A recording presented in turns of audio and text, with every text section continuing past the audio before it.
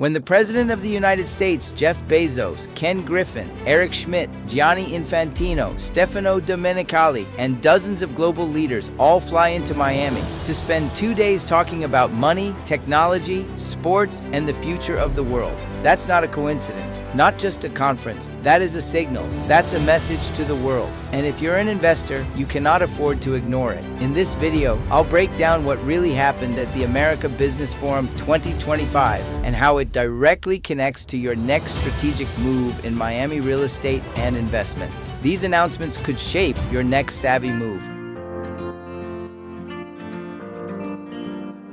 What happened in Miami on November 5th and 6th, 2025 wasn't just another event. The America Business Forum chose Miami for its first ever U.S. edition, filling the Kaseya Center with leaders from business, politics, sports, and technology from all over the world. For 2 days, the conversations were not theoretical. They were about power, capital, innovation, and where the next decade is going to be built. And I was there. So instead of giving you a highlight reel, I want to give you a direct insider-style debrief.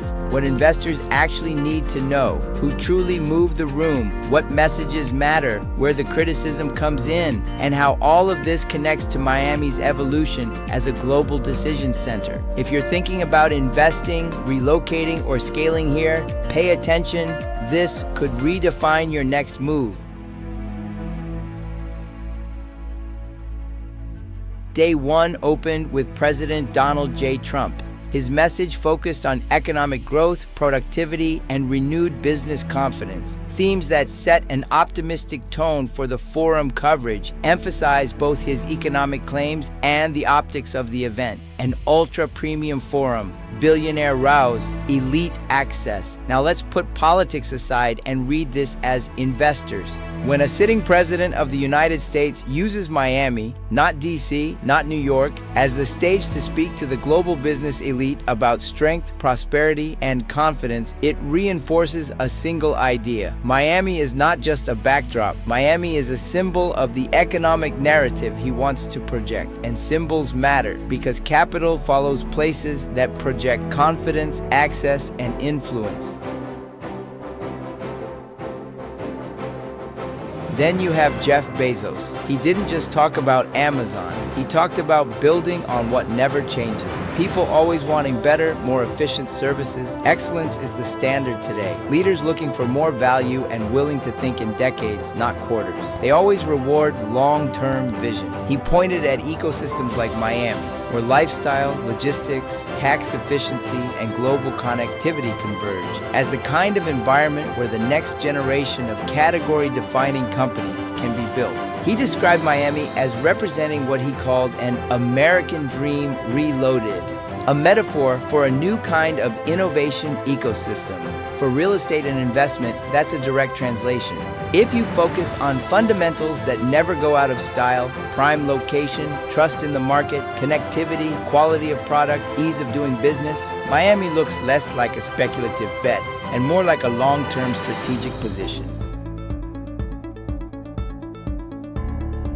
Ken Griffin, founder of Citadel, didn't need to sell Miami. He already moved here. From that stage, his message aligned with everything he's been signaling for years. Miami is now a serious financial center, pro-business, attractive to top talent, and a safer, more efficient environment compared to legacy hubs like Chicago or New York. For investors, this is the part you underline. When multi-billion-dollar firms relocate, they bring executives, teams, families, vendors, and satellite companies. They need places to live, places to work, and places to meet. So, when we're analyzing Brickell, downtown, Edgewater, and certain waterfront corridors, we're not just talking about nice condos. We're talking about housing the people who run the next chapter of the economy. That's not marketing. That's billions in capital and thousands of high-income jobs already migrating south. If you like what you see and want to learn how to invest in Miami successfully, stay with me until the end. I'll tell you how to get my free digital guide, Miami's PreConstruction Blueprint, where I explain everything you need to know to avoid costly mistakes.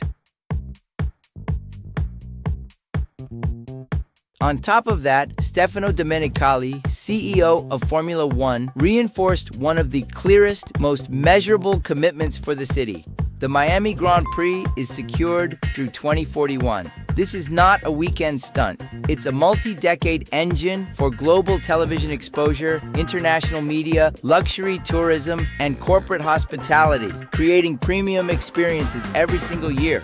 If you own or develop a project in certain key Miami corridors, that kind of recurring global spotlight can enhance long-term perception and demand for your location. This is long-term brand building for Miami and a direct tailwind for high-end products in Brickell, Edgewater, Wynwood, and other Miami areas.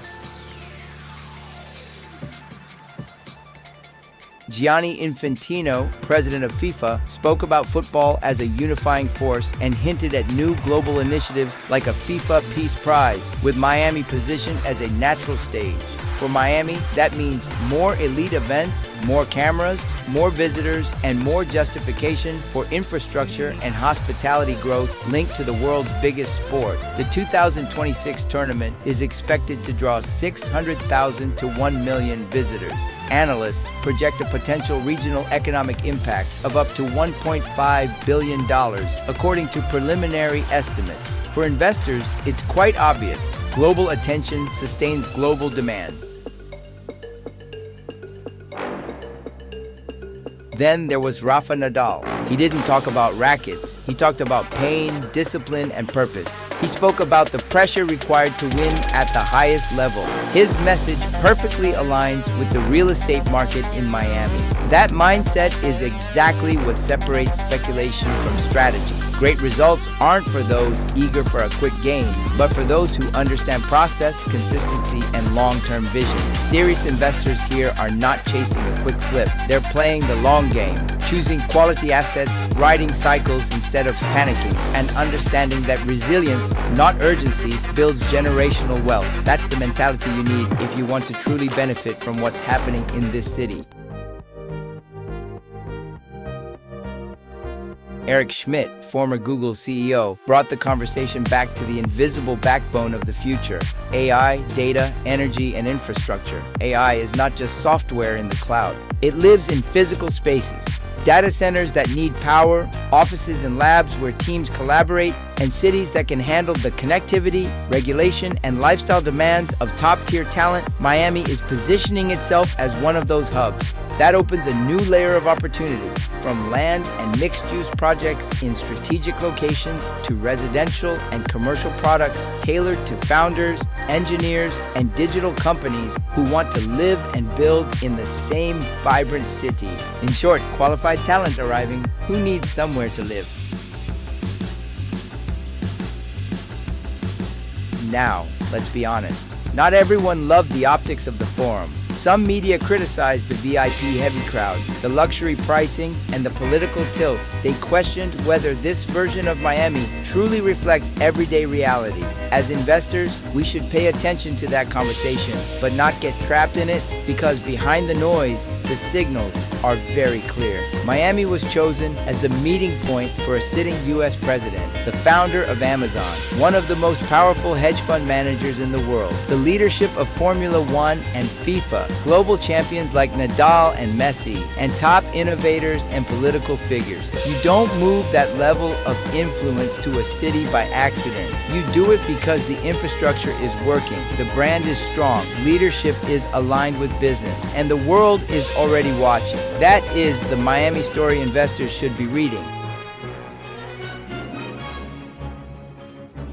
So how do you turn this from headlines into a strategy? If you believe, like these speakers do, that Miami is consolidating as a global hub for capital, technology, and sports-driven visibility, then your moves must align with that thesis. You look at neighborhoods and products that benefit directly from corporate relocations, sports, mega events, AI and tech growth, and the constant inflow of global talent. You prioritize projects with strong governance, serious developers, and real long-term demand. Locations that sit on the map of executives, founders, and high-net-worth families. Not just tourists, assets that can perform through cycles. Whether it's primary homes, strategic rentals, or part of a diversified portfolio. That's where I'm helping my clients position. Ahead of the next wave, not chasing it from behind, I'll share my insights and examples of current opportunities in the market, always encouraging you to make your own informed decision. Being inside that arena reminded me of something important. When vision, capital, and discipline align, cities transform. And right now, Miami is writing a new playbook for prosperity, innovation, and lifestyle. The question is not whether Miami is on the global stage. It already is. The real question is, are you going to watch this chapter from the outside, or are you going to own a strategic piece of it? If you're considering relocating, diversifying out of high-tax markets, or building a long-term position in Miami and want to be one step ahead of other investors, type book in the comments and get my free informational guide, Miami's Pre-Construction Blueprint. We can also talk personally. Just drop me a note or go to my website and request an appointment for a free consultation with me. I'll be more than happy to guide you. I'm Guillermo Terán, and I help buyers and investors make smart, confident decisions in Miami's real estate market. Check out my other videos for more insights and visit my website to learn more about Miami's pre-construction opportunities. If you're ready to take the next step, we'll explore the most relevant options in Miami's pre-construction real estate market and find the project that fits your goals. Thank you for watching.